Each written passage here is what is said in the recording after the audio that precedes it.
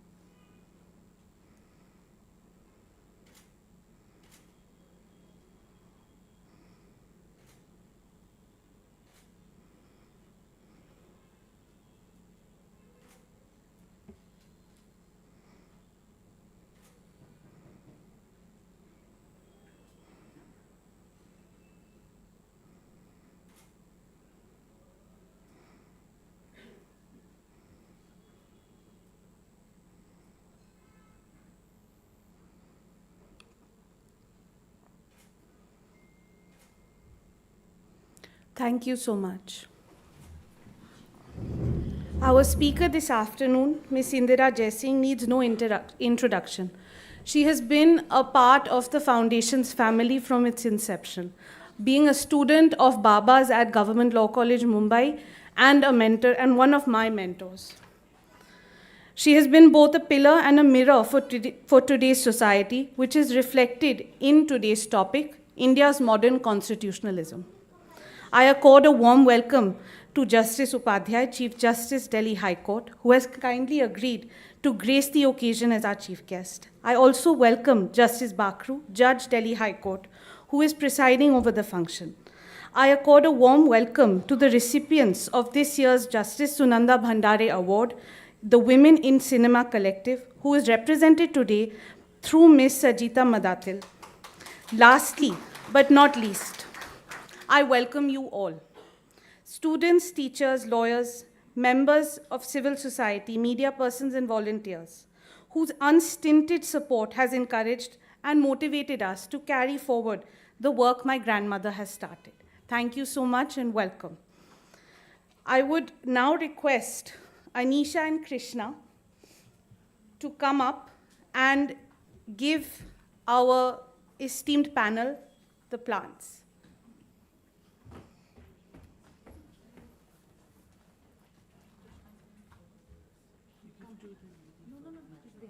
They have a protocol. They come from. Oh, wait.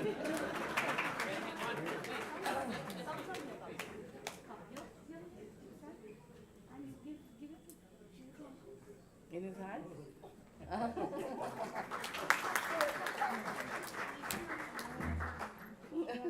Okay. Thank you.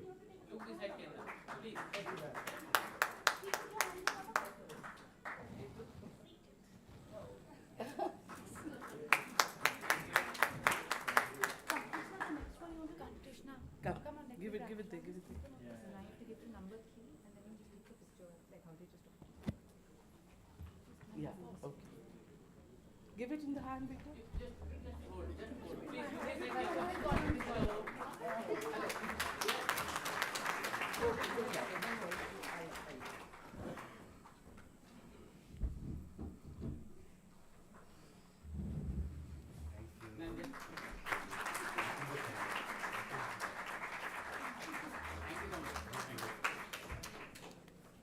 Come, Baba.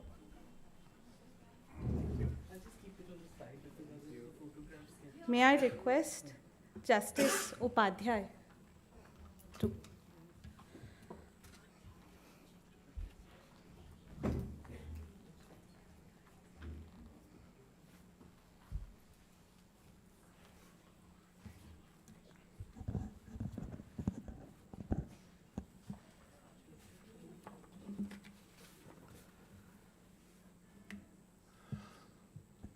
Justice Vibhu Bakhru, Judge High Court of Delhi, Ms. Indira Jaising, eminent senior advocate and speaker of the day, Mr. Rahul Bhandare, I don't know why he got his nameplate removed from the dais, other family members of Bhandare family, members of the trust, ladies and gentlemen, Namaskar to all and a very good evening. It is indeed a pleasure to be present here at the 29th annual lecture organized in the honor of Justice Sunanda Bhandare. Culmination of this gathering for 29th time, and it's a big number, in itself is a strong indicator of legacy that Justice Bhandare has left behind and the remarkable life that she lived.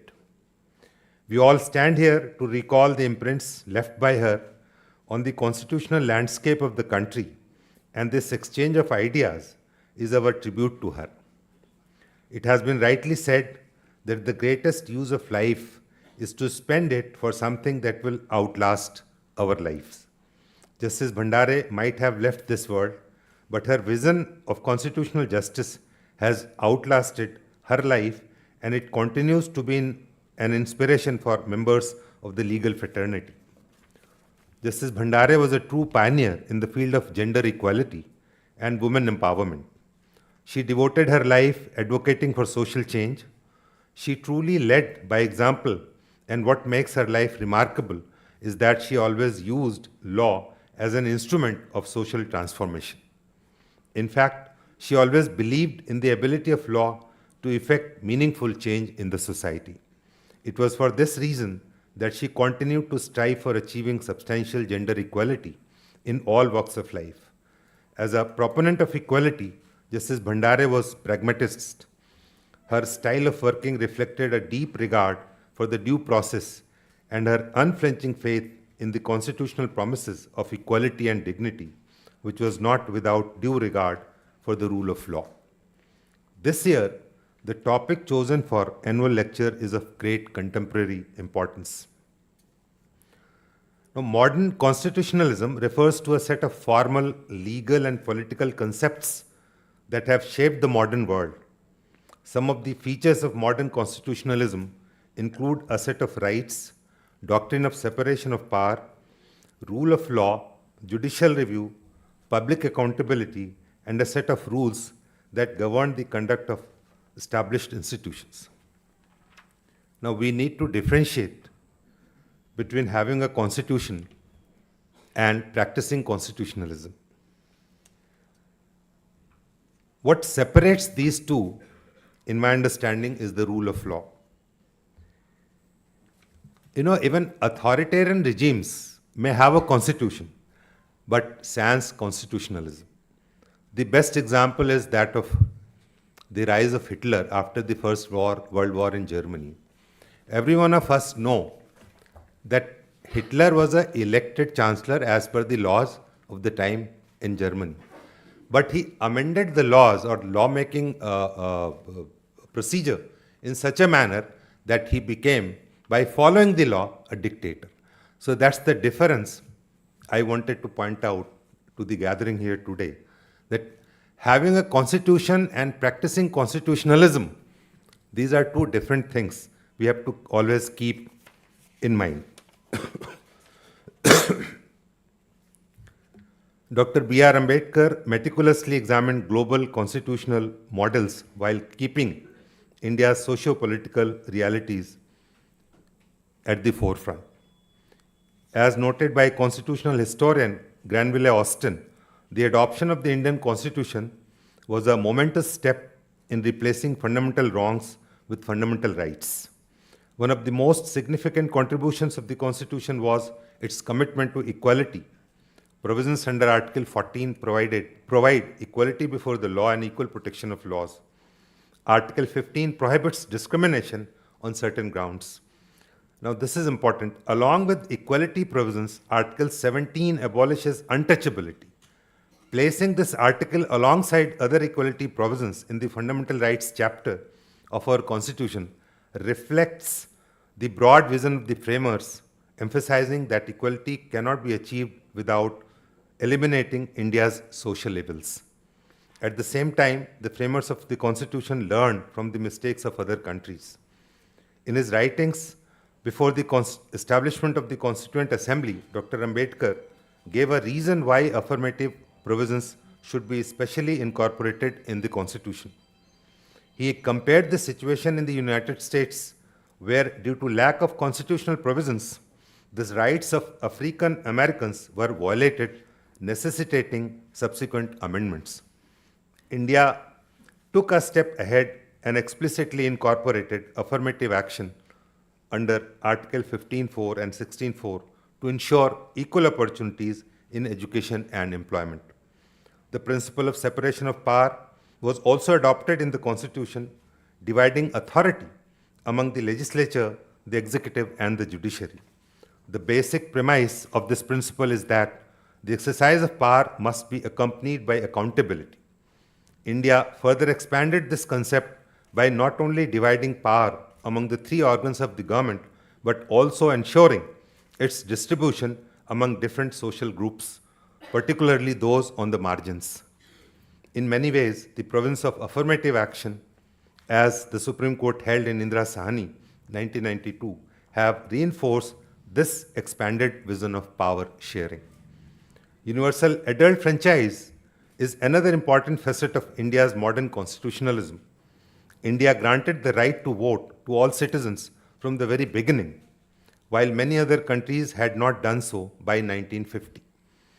In British India, various social groups had been demanding voting rights since 1910. In the words of Dr. Ambedkar, spoken in 1919, adult franchise shall create political consciousness amongst marginalized communities who had no place in decision making before. In this sense, universal adult franchise gave all citizens the right to express themselves through voting. Thus, India's modern constitutionalism incorporates both global and local elements.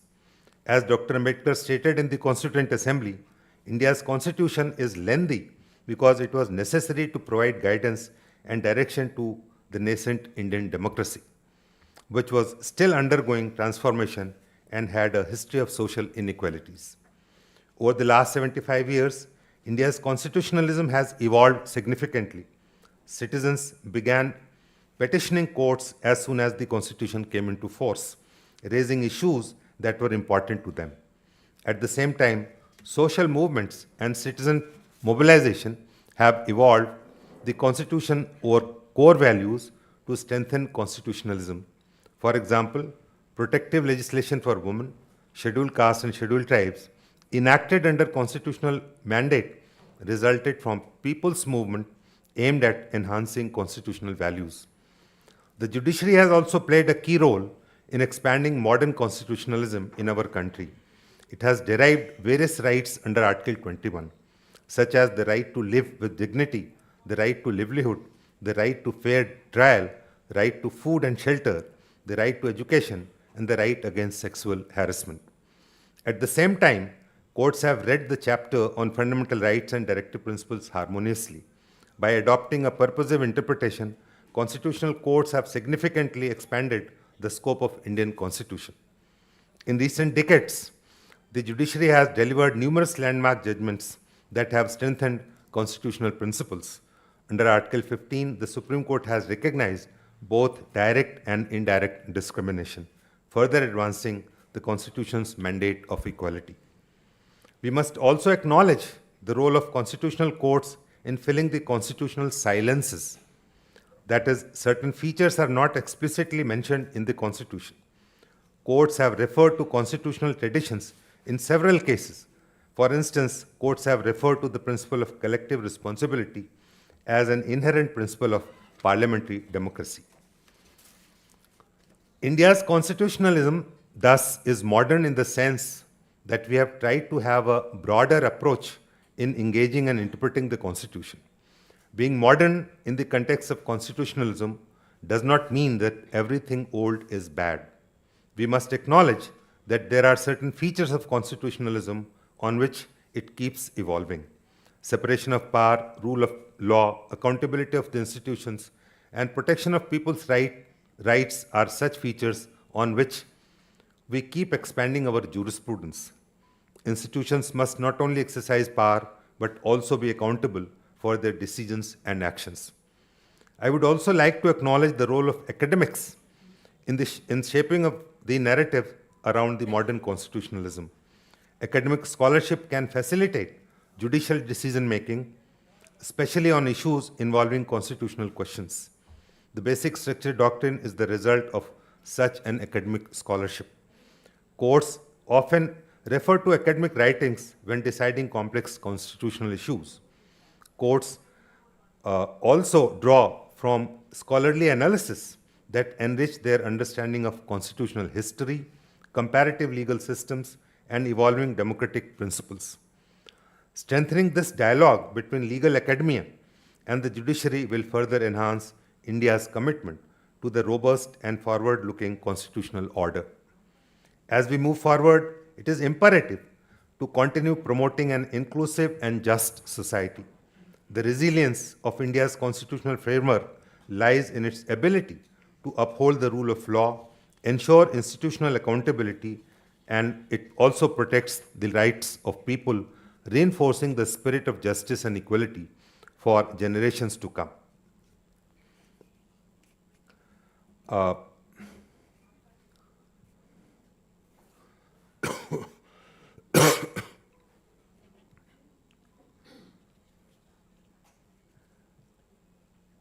Something about completion of 75 years of our constitution, Sir William Ivor Jennings, he was the fiercest critic of Indian constitution, who called our constitution as a lawyer's paradise.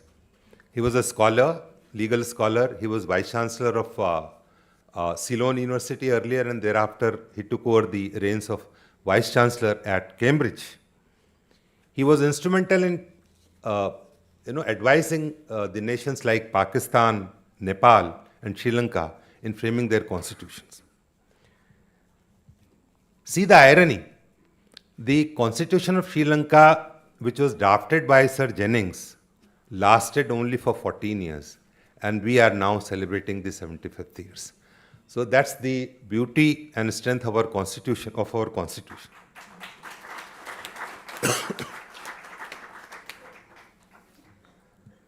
On this note, I thank Justice Sunanda Bhandare Foundation for having me here today. I congratulate the organizers for thoughtfully keeping the constitutional discourse alive. It was a great pleasure to be a part of this gathering. Thank you. Thank you very much.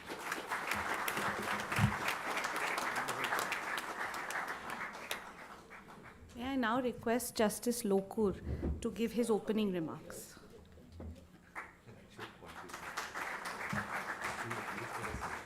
Thank you. Good evening, Honorable Chief Justice Upadhyaya, Honorable Justice Vibhu Bakhru, our respected guest speaker, Ms. Indira Jaising, Honorable Judges, distinguished ladies and gentlemen. Welcome to the 29th Justice Sunanda Bhandare Memorial Lecture. This is the first memorial lecture when we are missing the presence of Governor Muralidhar Chandrakant Bhandare, the managing trustee of the Justice Sunanda Bhandare Foundation. Unfortunately, he passed away last year on 15th June 2024 at the age of 95. I refrain from saying old age since Mr. Bhandare was always young at heart. A few words about Mr. Bhandare. He was a senior advocate practicing mainly in the Supreme Court and was twice the president of the Supreme Court Bar Association from 1986 to 1988. During his tenure, he supported the feminist cause and is reported that he would tell his juniors towards women candidates to vote for women candidates in the election. Now that the Supreme Court has granted 1/3 reservation for women in the Bar Association, his encouragement to women lawyers is more than justified. Mr. Bhandare was a member of the Rajya Sabha for 3 terms between 1980 and 1994, when he distinguished himself by making enormous contributions to debates in the August House. He had a variety of interests other than law and politics. He was fond of cricket and was an avid golfer almost till his last days. He had a great interest in art and music, and perhaps the first concert held by an eminent classical vocalist was at his residence. In addition to these interests in art and culture, he spent and devoted his time to issues relating to education, health, removal of poverty, empowerment of women, and the marginalized. His passion for human rights led him to serve the United Nations through his membership in the Human Rights Council. The Honorable President appointed Mr. Bhandare the Governor of Odisha in August 2007, and he continued as such till March 2013, during which period he imbibed the art and culture of that great state. I would strongly recommend the memoirs of Governor Bhandare, The Arc of Memory, which gives an interesting account of his life and times, particularly his marriage to a young lady, Sunanda Bhandare, whom he loved passionately and in whose memory he established the Justice Sunanda Bhandare Foundation in 1995. Justice Sunanda Bhandare was an eminent lawyer practicing mainly in the Supreme Court and in the Delhi High Court. She was appointed a judge of the Delhi High Court on 1st June 1984 at the young age of 41. It is widely acknowledged that given her legal acumen, her impartiality and dedication to the cause of justice, It was only a matter of time when she would be appointed a judge of the Supreme Court and later the first woman Chief Justice of India. Unfortunately, that was not to be, since she passed away on 10th November 1994, again at a relatively young age of 51, when she was among the senior-most judges in the Delhi High Court.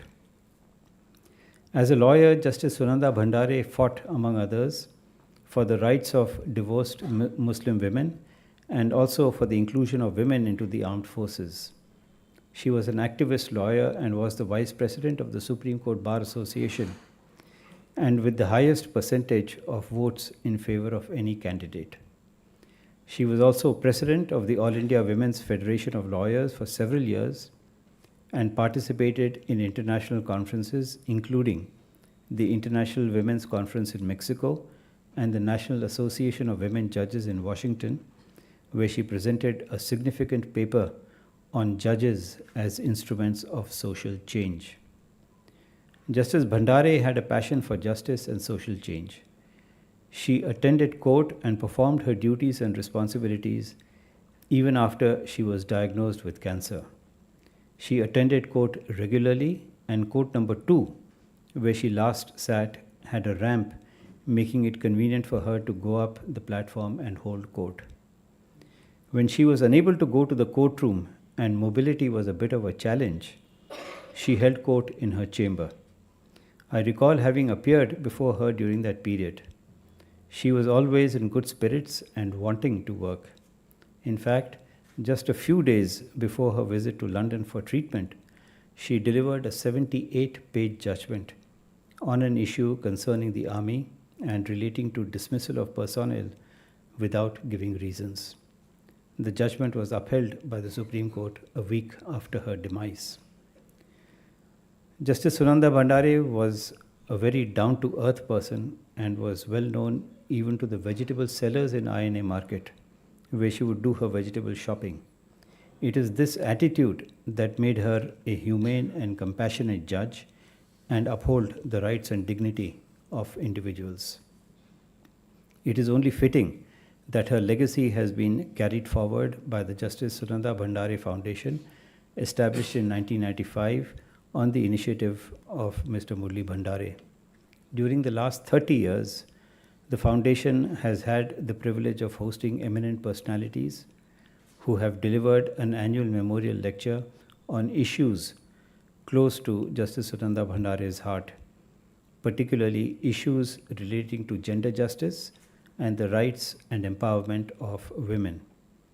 The eminent speakers have come from different backgrounds and contributed immensely to our understanding of women's rights and gender issues. Apart from the annual memorial lectures, the foundation has been actively involved in promoting human rights, gender justice, and the empowerment of women in differently abled persons. The motto of the foundation is freedom to choose, right to excel. And in keeping with this, the foundation has conducted several legal awareness programs which have been attended by over 1 lakh men and women. These programs have been conducted by several advocates, professors of law, counselors, activists, and even law students. In many of these programs, free legal aid has been given to the participants. The foundation has donated funds to Delhi University to award a gold medal titled Justice Sunanda Bhandare Gold Medal in Family Law to a student who secures the highest marks in family law. In addition, the foundation has also created an endowment for the award of a fellowship of 1,500 rupees per month in the name of Justice Sunanda Bhandare Fellowship in Constitutional Law to a student securing the highest marks in constitutional law. In 2012, the West Bengal National University of Juridical Sciences in Kolkata established a Justice Sunanda Bhandare Forum for Natural Resources Laws to facilitate research and publication and organize training programs. In all, the foundation has attempted to keep alive the legacy of Sunanda Bhandare, and today's memorial lecture on India's modern constitutionalism by Ms. Indira Jaising, a distinguished and eminent jurist, is one such step in that direction. Thank you.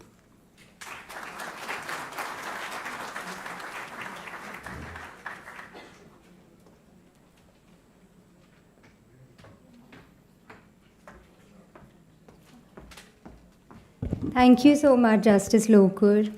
In February 2017, a renowned actress in Kerala became the victim of a horrific act of sexual assault.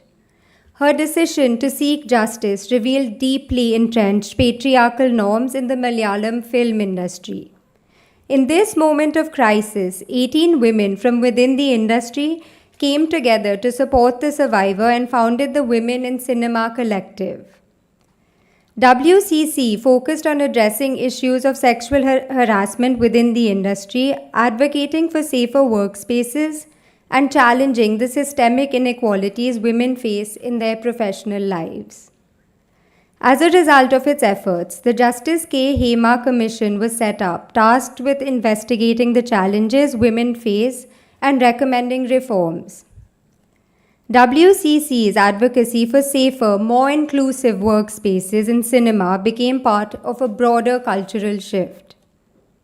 For standing as a beacon of hope and change, bridging the gap between constitutional rights and outdated practices that continue to dominate the industry, and for becoming a powerful voice for transformation, the Justice Sunanda Bhandare Foundation congratulates and recognizes the efforts of the WCC by awarding it the annual Justice Sunanda Bhandare Memorial Award. May I please request Justice Vibhu Bakhru to present the award to WCC founder member Dr. Sajita Madathil.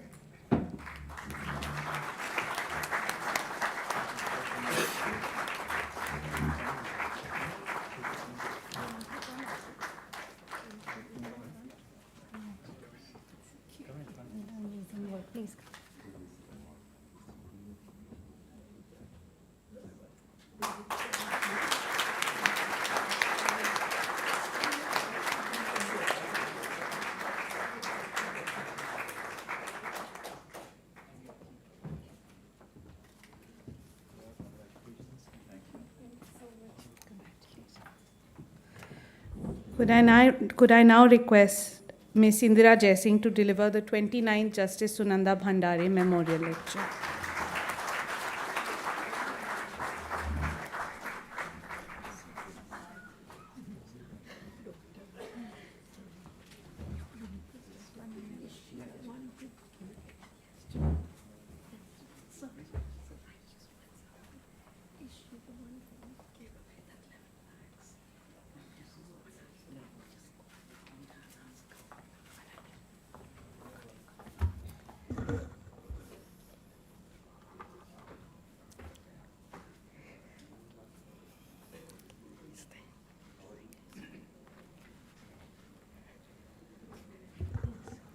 Yes, because I'm going to mention it. What is her name? Ananya, okay. Distinguished guests, are we all here? We are all here, okay. So much has been said about Sunanda and Murli, then it would be just pointless for me to repeat it. It is true that I was one of Murli Bhandare's students at the Government Law School, Bombay, as we knew it. But the truth of the matter is that I hardly ever attended his classes. And I think that's partly the reason why he was so fond of me, because I would enter the classroom late. And even though I say it myself, I was young and beautiful, and he was totally distracted. So I think that's part of the reason why he had a lifelong affection for me, as I did for him. But it is also true that I knew him as a member of the Indian National Congress. I also occasionally visited him at the office of the Indian National Congress, which was situated at what we in Bombay call the Agast Kranti Maidan. And it is also true that I was aware of the legacy which he carried with him as a lawyer, as an activist, and as somebody who was working for the trade union movement as well, as was his father-in-law, Mr. Gokhale, the late Mr. Gokhale. And since I was also working in the labor courts, arguing cases on behalf of the working class, obviously we had a bond which went beyond the classroom, government law classroom. But let me come back to the classroom. And I was thrown out of government law college for want of attendance. And it was Multipurpose Bhandare who took a fight with the principal of the college and said, "Don't throw this girl out." But the principal insisted. He said, "No, rules are rules, and we can't have her in this college." So obviously, I promptly went and joined Siddharth Law College, which was founded by Dr. Ambedkar. And lo and behold, when the results of the exams were declared, I got a first class. So Multipurpose Bhandare then went to the principal of the school and said, "Look, I told you, I warned you not to throw this girl out, and you threw her out. And what have you done? You've lost a first class for your college," because that year, nobody in government law college got a first class. So, I would like to say that all learning in law happens outside the law college. So, and history has repeatedly proved this. History has repeatedly proved this. There are very, very eminent people in the world who are called, quote unquote, dropouts, though I don't call myself a dropout. This being said, there was a mention of the word legacy by the learned Chief Justice of the Delhi High Court. I would like to present to you my understanding of what is legacy, and through the children of the Bhandare family. So, the young lady who has been anchoring this program, Shreya Sangal, sitting here right in front of you, what is it that triggered her to go to court and get the now famous Shreya Sangal judgment? It was the fact that two young women were thought to be arrested for simply saying, "Why should the state of Maharashtra shut down when Bal Thackeray dies?" She asked this question to her grandfather, your grandfather, and I think your grandmother was alive at that time. No, she wasn't. So there was a heated conversation in the household over this issue, and she was irritating.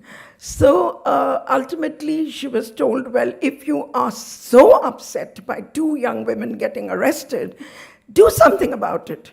And the next thing she did is she came back with a petition drafted when she was not yet a lawyer.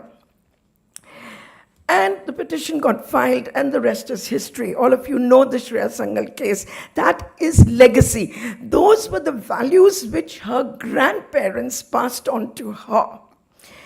And the other thing was, yes, it is truly the meaning of the word legacy. The values of the Indian freedom movement are the only legacy that we can carry forward in this country and nothing else. And she did that.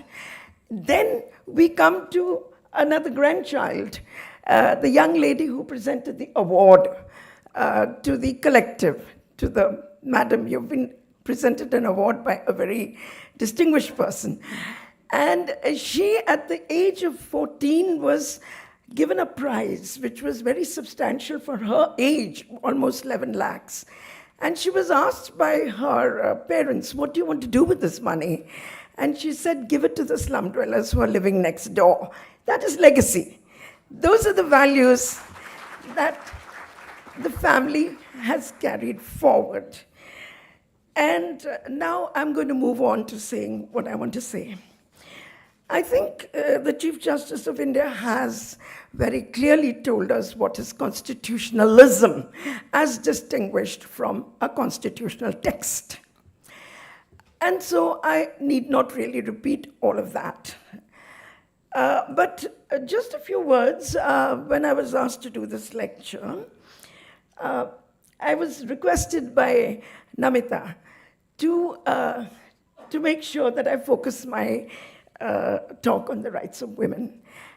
And she actually wanted me to say something about gender in the title of this lecture. And I said, no, Namita, I'm going to call it India's modern constitutionalism. I do call myself a feminist lawyer, but there can be no feminism without constitutionalism, and no constitutionalism without feminism. They are bound to each other like twins. And therefore, to even begin to talk about women without constitutionalism would be a bit of a poor joke. And so I decided to stick to my own subject. Constitutionalism does impose limitations on state power. That's what it really is.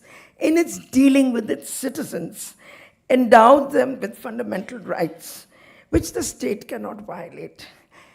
Today, we notice that there is a demand to put an end to constitutionalism. And the demand, in no uncertain terms, is why do we need codification? Somehow the debate is revolving around the issue of codification. And the demand is, why have a code? Custom, practice, usage is enough. Custom, practice, and usage we've had in this country for centuries, and that is what governs us. I will talk about that a little later, but this is just to illustrate what exactly is the demand that is there in the country today. As the Chief Justice said, this subject is of contemporary relevance to us. Now, the judiciary, of course, is meant to be the guardian of these rights that we possess. And I think it's time to do a reckoning. Have they really been the guardians of the rights which have been endowed to us by the Constitution? The other implication of constitutionalism is that the Constitution is a binding norm. Today we are told, let's treat the Constitution as mere guidelines. We don't need to treat it as a binding norm. So we need to remind ourselves that constitutionalism means that the Constitution is a binding norm, binding on our citizens, binding also on those who hold positions of constitutional power. It's also a call to accountability to citizens in their interaction with each other, as also of state organs. Of course, we all know what the Constitution promises. It promises justice, social, economic, and political. It promises economic justice in its directive principles, all of which I will not read out to you, but they're supposed to be binding on, in the matter of lawmaking. We must ask ourselves the question that Martha Nussbaum would have asked: does the Constitution adequately address the question of the suffering and compassion? And do we fully share that responsibility for such suffering as being a human species? Among all sentient beings, we humans alone have free will and the capability of making change, the change that we wish to see. And therefore, we must take complete responsibility for building the nation we wish to see. The Constitution addresses itself to future generations, to the young global citizens of our times, and not to those who wish to return to power structures of centuries gone by. It is a break from the past. I believe in the clean slate theory. I believe that Indian society was governed by rigid hierarchies of caste, on the top of which were the Brahmins, who had the God-given right to ordain kings. However, as a powerful counterculture to Brahmanism, we also had atheistic traditions, such as Buddhism, which emerged, advocating equality and rejecting the rigid caste hierarchies. It emphasized the universality of suffering and promoted the idea that all individuals, regardless of caste, had the potential to attain enlightenment. Buddhism challenged the foundational principles of caste-based citizenship. Discrimination. When you come to colonial rule, it reinforced exclusions. over in relation to caste, gender, and religion. On these lines, the Constitution not only reflects this sharp break from centuries of oppression and also from colonial rule, it is normative in its content, and it entrenches a vision of a modern society, the society that the Chief Justice spoke about, based on an egalitarian political and social order. It promotes scientific and rational thought. In all walks of life, faith and belief are not the basis of lawmaking, but at the same time, the right to freedom of conscience and religion is protected for all persons under the Constitution of India. This shared vision, which emerged from the freedom movement, is what our Constitution is based on. The movements against British rule, of course, were led, as we all know, by Gandhi and Nehru, which demanded equality and self-determination for Indians and ultimately secured independence. India chose self-determination by declaring itself a republic, shaping the national identity and committing to a mission beyond independence. The fructification of this movement is what we see in the Constitution of India, the supreme lex. All of you know the Objectives Revolution, which was introduced in the Constituent Assembly, so I won't bother you by reading it, except to once again point out, as did the Chief Justice, that we drew from the legacy of revolutions which went before our own, the French Revolution, the American Revolution, and that is why I chose to title this speech as India's Modern Constitutionalism. By the time the Constitution came to be framed, the Objectives Resolution was already agreed upon, and I will have a few words to say to you about recent comments that have been made about the original, quote-unquote, original Constitution. I read recently that the Honorable Vice President of India said that we must circulate for our children, quote-unquote, the original Constitution. So what is the original Constitution is the question. He seems to think it is the copy of the Constitution which has several illustrations, of which there are 3 copies, 2 being in Parliament, 1 in the Supreme Court. But those illustrations came to be done in the year 1954. It is not the original Constitution. The original Constitution doesn't have any of those illustrations, and his comment was, we must circulate this so that children know that the original Constitution of India had illustrations of Ram in it.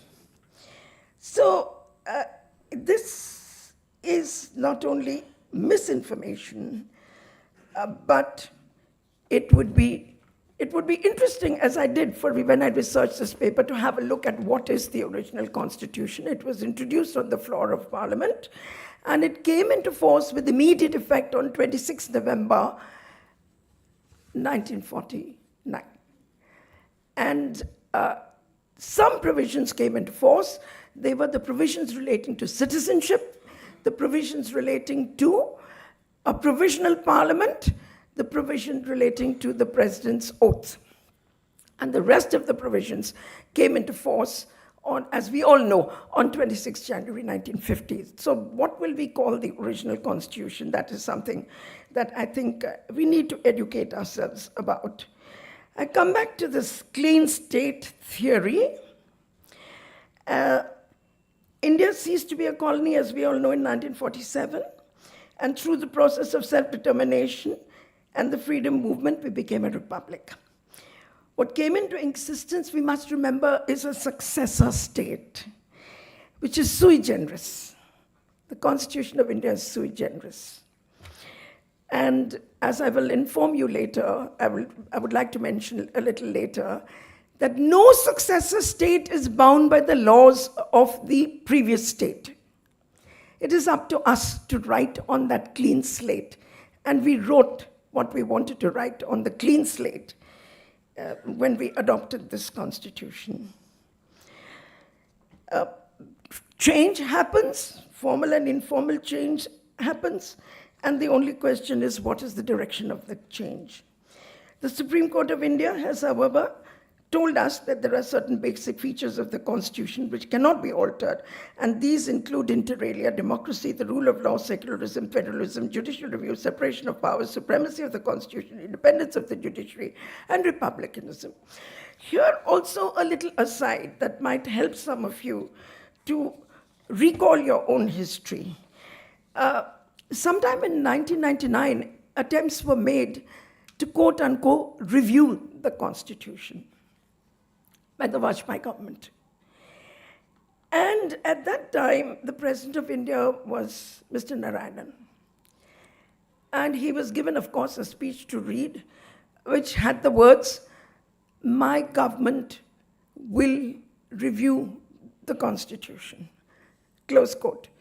And in conformity with constitutional convention and norms, the President Narayanan read out that speech as it was given to him.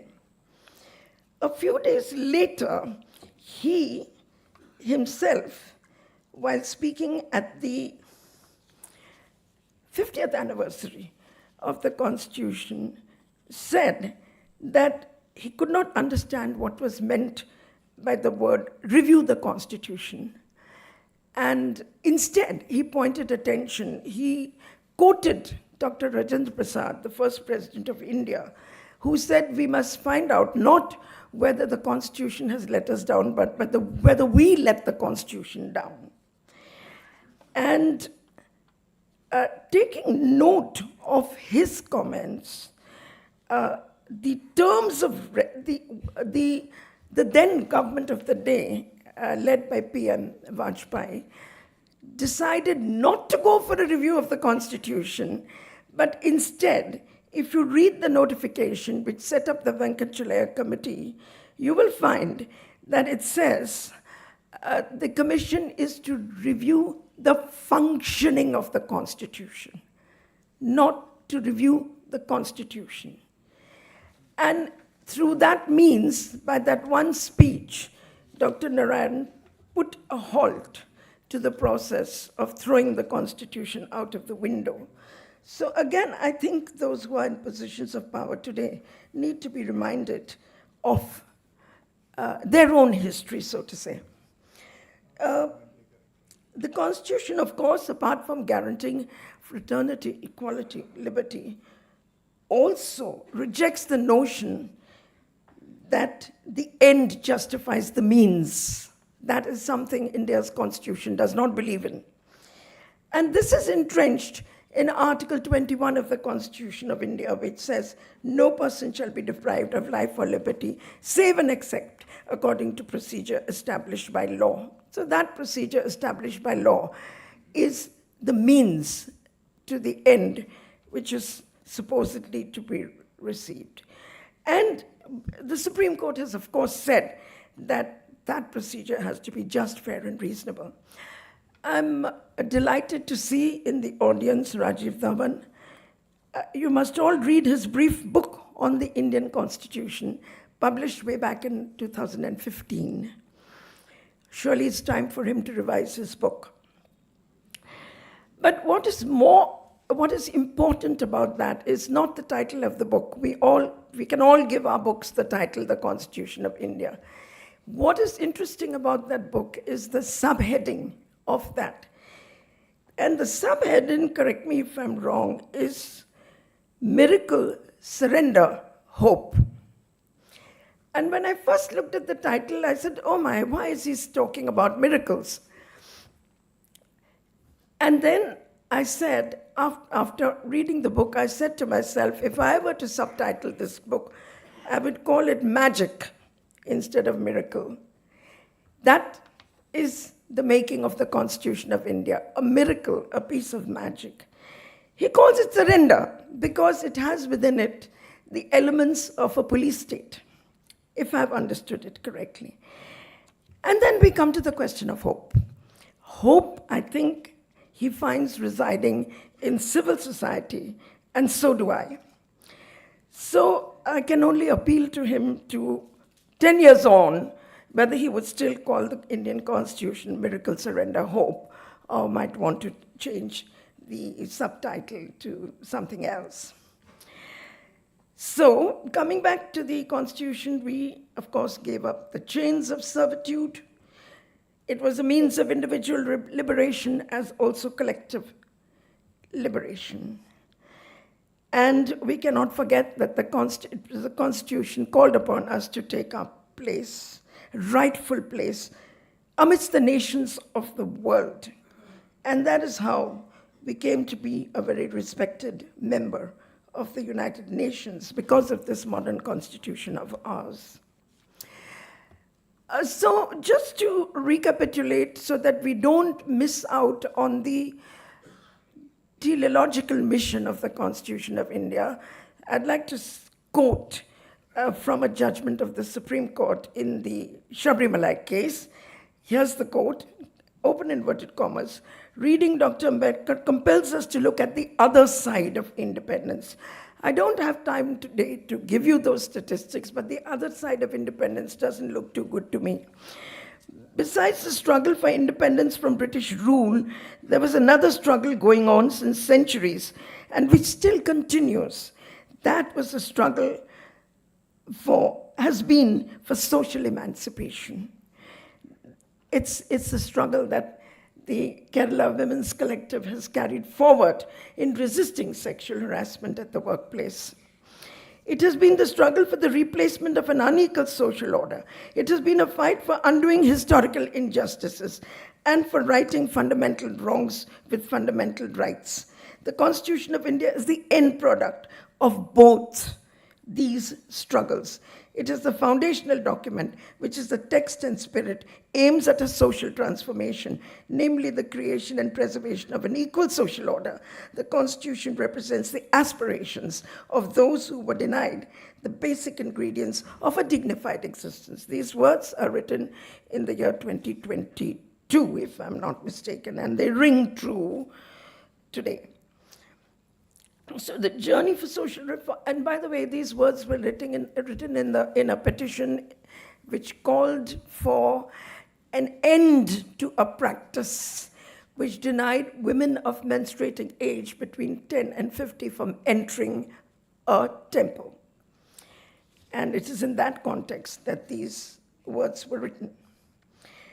The journey for social, you'll find a lot of the judgments of the Supreme Court that we now call transformative have come in relation to women and transgender and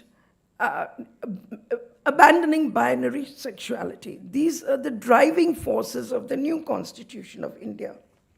Women are the driving force of the new Constitution of India. The theory for social reform, of course, we all know that this journey began very long back, and the Supreme Court has, of course, helped us on this journey for women of all communities. Mary Roy got her right to inheritance, equal inheritance, through a judgment of the Supreme Court of India in her fight against her brother, where she challenged a law which said only 5,000 rupees will be given to the daughter and the rest of the estate will go to the son. She won her case in the Supreme Court of India. Incidentally, Mrs. Bhagwati is here. Justice Bhagwati was one of the authors of that judgment. Yeah, there's another story about him which I'll tell you later. If I start telling you stories now, I'll never finish this. So then, of course, you had the Saira Banu case, where the constitutionality of triple talaq was challenged and upheld. And it was Justice Rohington Nariman who, in my opinion, the only one of the 5 judges who made a breakthrough in that case by challenging head-on personal laws, which very few judges have had the courage to do. Yeah. So much was said about Article 15, 16. 16 was referred to as affirmative action. I prefer to call it the right to reservations. Unique in the world. Of course, now we have reservations for women in Parliament, which has not yet come into force. And I've often been asked this question, that whether I agree with it. And after much thought, I had to say, yes, I agree with it. And the reason for that is because I looked at the experience of Rwanda, which had 50% reservation for women in their constitution. But if you look at Rwanda today, it has 60% women in their assembly. So this is the power that can be unleashed by reservations. We, of course, have to deal with religion, but as I said, faith and belief cannot be the basis of lawmaking. They're nevertheless protected under Article 25 and 26 of the Constitution of India in the private domain. There is complete freedom, the liberty. People forget that the opening words are freedom of conscience. They focus only on the religion part of it. So it's conferred on individuals. And therefore, in my opinion, it has no place in public life. In my opinion, the rationale for the secularism that India adopted is that it is the only guarantee for a society that will give us the security and integrity of India. Without that, we are in danger of seeing civil wars of hatred from within the country and creating the perfect context for an external attack. So when we defend secularism, we don't do it only of quote-unquote appeasing the Muslim community. We do it in the interest of India. We are not a theocratic state, yes. We do it because by protecting secularism, protect the integrity and security of India. We are, of course, not a theocratic state. And concomitantly, we do not have any offense known as blasphemy in this country.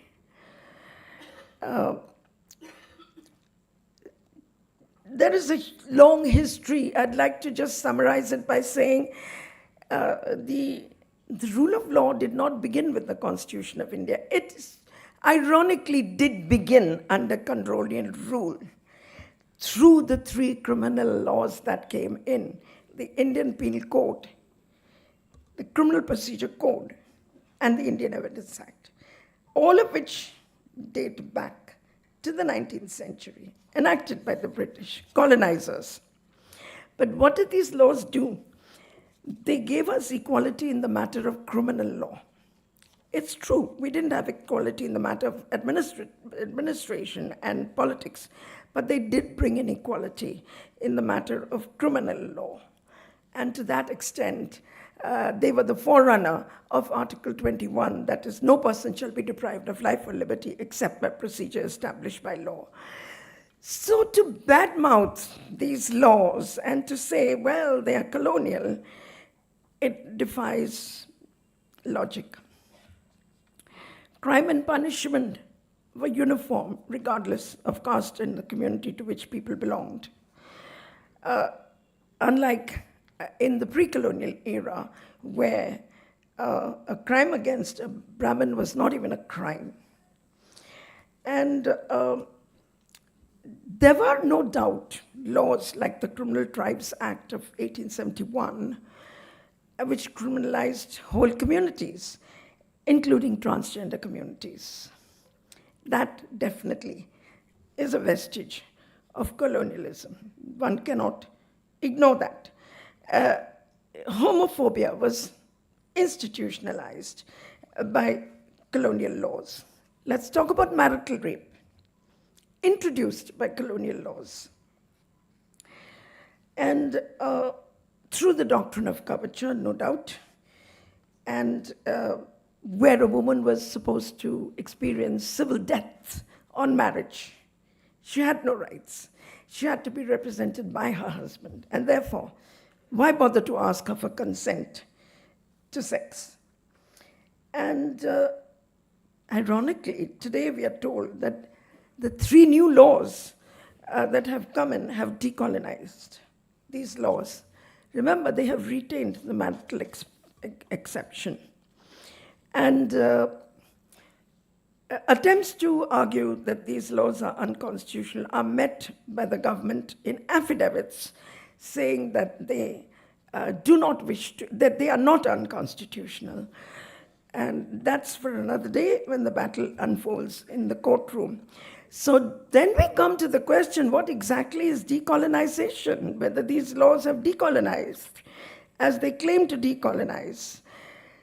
Of course, decolonization for us should mean taking away the colonial, but these laws do not take away the colonial. It takes me back to what Rajiv Dhawan refers to as surrender. These laws, in fact, ask us to surrender to a police state and reinforce the existence of a police state. We are told that these laws are quote-unquote Swadeshi. Now here I'm quoting Swadeshi. We are told that these laws put an Indian soul to the justice system, close quote. Now, somewhere they've also said that these, yes, while referring to sedition, we are told that these laws do not criminalize Deshadrohi, but they criminalize, and there's a word for it, but I'll come to that in a minute, but they do not criminalize Rajdrohi, they criminalize Deshadrohi. So Deshadrohi, of course, I don't see the difference between the two. I think they need a linguist to train them in language. They need to get out of these linguistic gymnastics. As far as the Indian citizen is concerned, they can find themselves behind bars for having committed offenses under the new avatar of Section 124A. And although the same offenses do exist under the Unlawful Activities Prevention Act. So one wonders how judges will navigate this landmine of having two offenses, one under the UAPA and one under the new criminal law, which replaces the IPC, that is 152, endangering sovereignty, unity, and integrity of India. So much for language. So obviously, in my opinion, decolonization does not mean change of language. It means something much, much deeper. When you come to how these laws are applied, they're also very differentially applied to marginalized communities as compared to the holders of power. I read somewhere that the new Delhi government also has at least 5 of their ministers who have a criminal record. So, and they talk about us having criminal records. So you can see there the impunity against prosecution that is available to power holders. And I'm just wondering, after listening to the Chief Justice of India, whether constitutionalism survives in India. Of course, we have the Supreme Court also, who has referred in the Satyendra Kumar judgment as stating that India's investigating agencies have a colonial mindset. Those are the exact words in the judgment. And in the same judgment, the government was requested to pass a new law relating to bail. The answer to which came back to court was saying, no, there's no need for bail. We have the new criminal laws. So this is the trajectory of lawmaking in modern times. And we need to ask ourselves the question whether this is decolonization as is being offered to us. On the question of marital rape, Manali, just remind me of the time. Yeah. On the question of marital rape, it is my view that marriage is a partnership of equals. And, what surprises me is that those who say that the Indian Constitution is colonial are also the people approaching a court of law saying marital rape should not be decriminalized. The same set of people, the same ideology. They're also the people who say that India's Constitution is colonial. So this confluence of interests between men, and mind you, they're all men, the people who are arguing that marital rape should not be decriminalized. And they're also the men who are saying the Constitution is colonial. And they're also saying that there should be no same-sex marriage. So abortion continues to be a crime under the new laws. Let's talk a little bit about the patriarchy that persists in the judiciary. I'm going to read an extract from a judgment of the Gujarat High Court. When approached by a minor for an abortion, this is what the judge said, quote, because we are living in the 21st century, ask your mother or your grandmother. 14 to 15-year-olds is the maximum age for getting married. A child used to give birth before the age of 17. Girls get mature before boys, 4 to 5 months. Here and there, doesn't make any difference. You will not read it, but please go and read the Manusmriti at least once in your lifetime. Close quote. This is a judge. This is not me. The Supreme... I need to remind the audience that Dr. Ambedkar rejected the Manusmriti on the 25th of December 1927. The day when he burned the Manusmriti is also known as Stri Mukti Divas. It is celebrated all over India as Stri Mukti Divas. Of course, they've forgotten to reintroduce non-consensual sex between men, and I read somewhere a statement that we will bring it in one of these days. All this is the colonial mindset, and they owe us an explanation what they mean when they say that they're decolonizing. There are even more gross. I would say that constitutional values are under siege in the country today. The modern constitution is under siege. What I'm witnessing is something that I would call a kind of repudiation of the Constitution of India itself by those responsible for upholding it. This is done in many ways, formal and informal. The formal way to do is, we all know, is the amendment to the Citizenship Act, which allows fast-track citizenship for certain religious communities, not for others, anti-conversion laws, which go by the name of love jihad. The justification for which is love jihad. These are the formal laws that have been introduced all over the country.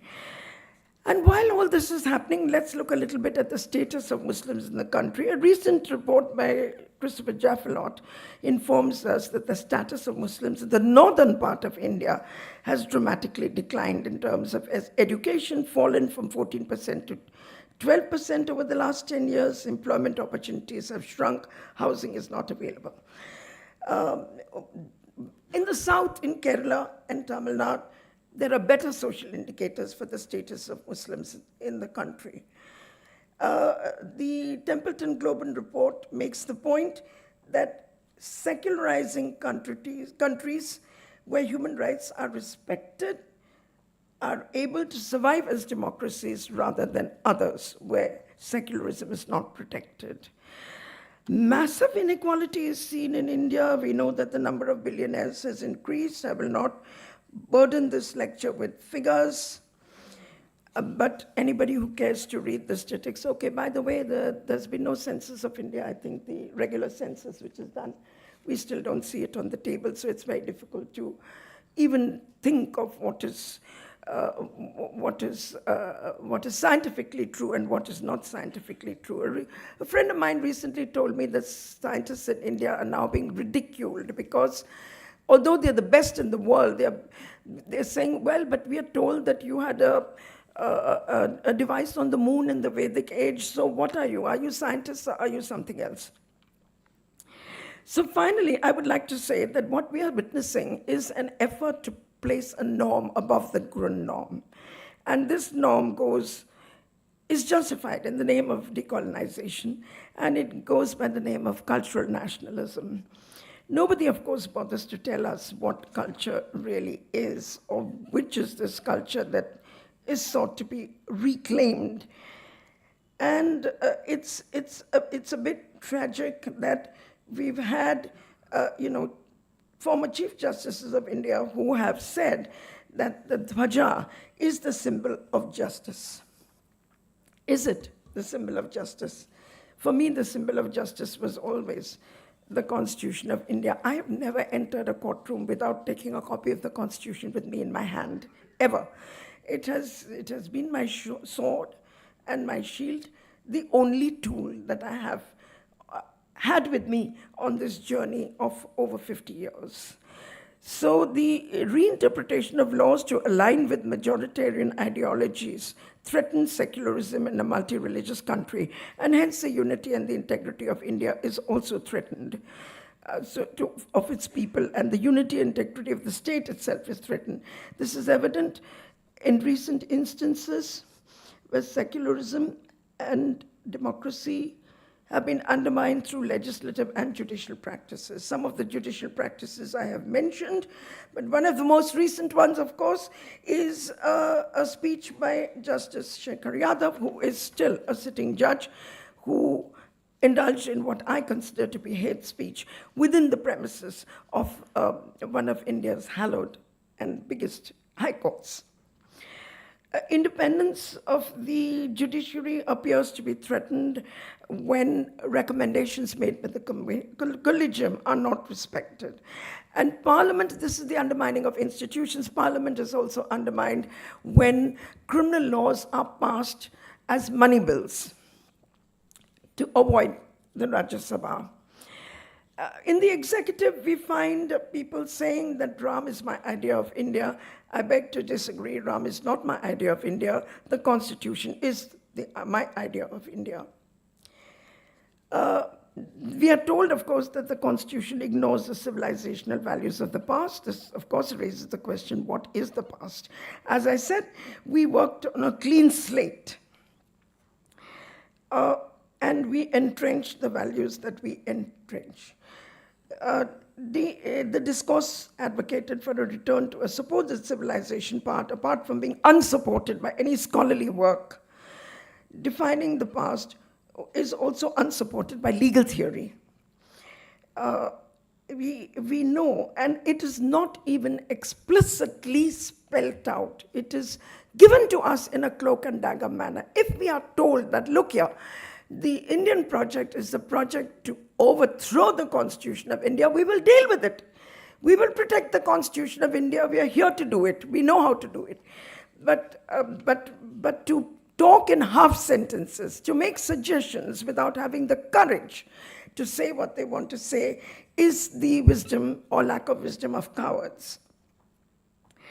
The truth is, you can never have a Hindu Rashtra under a secular constitution.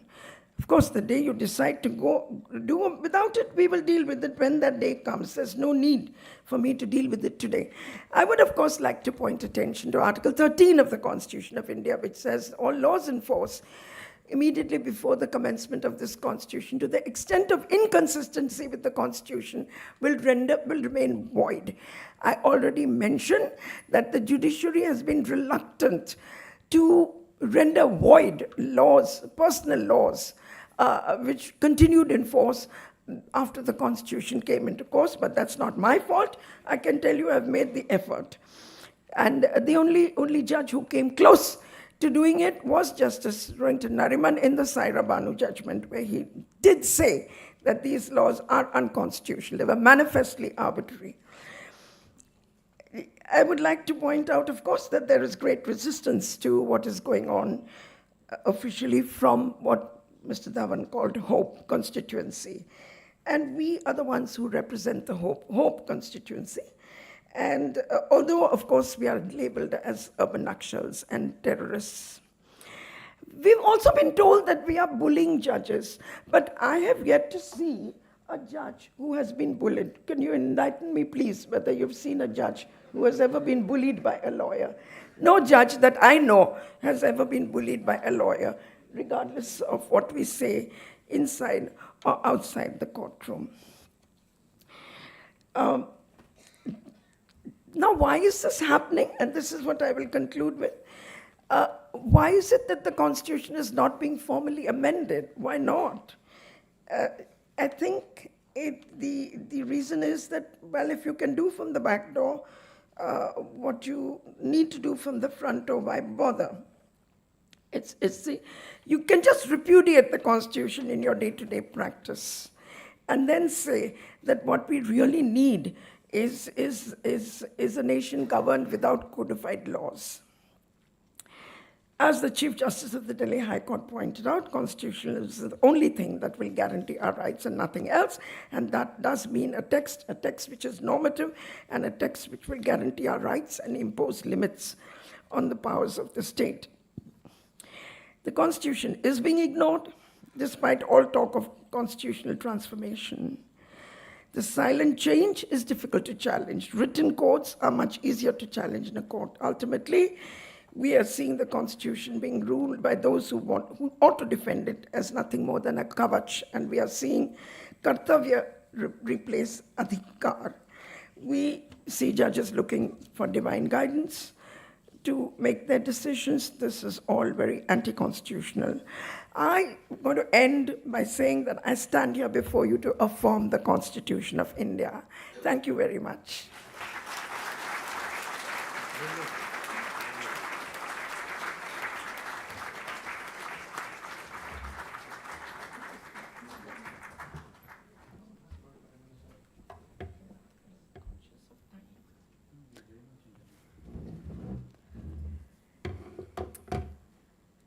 Thank you, Ms. Jaising, and thank you all for being here today.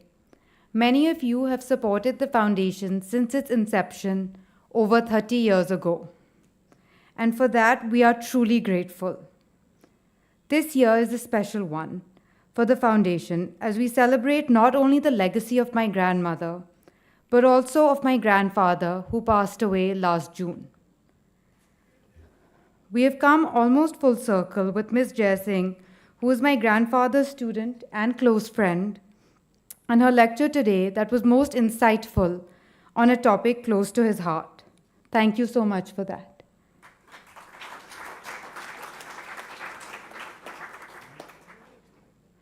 I would also like to thank Justice Madan Lokur, Justice Bakhru, and Justice Upadhyaya for taking the time and being here today.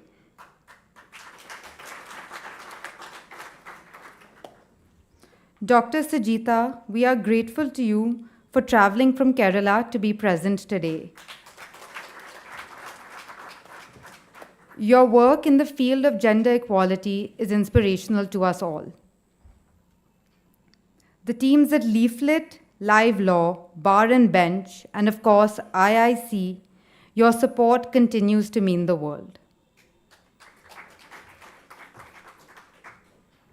The Justice Sunanda Bhandare Foundation was set up 31 years ago as a way to further my grandmother's mission of gender justice and equality to law for all. Today and always, that mission has been my grandfather's as much as it has been my grandmother's. My mother once said that we all need a male feminist ally. And for all of us here, in some capacity, that has been my grandfather. He ensured the foundation continued its field work and its annual lecture, year on year, COVID no bar. Like my cousin Shreya said, today we have big shoes to fill. And we move forward with the foundation in the hope of doing so. Thank you so much.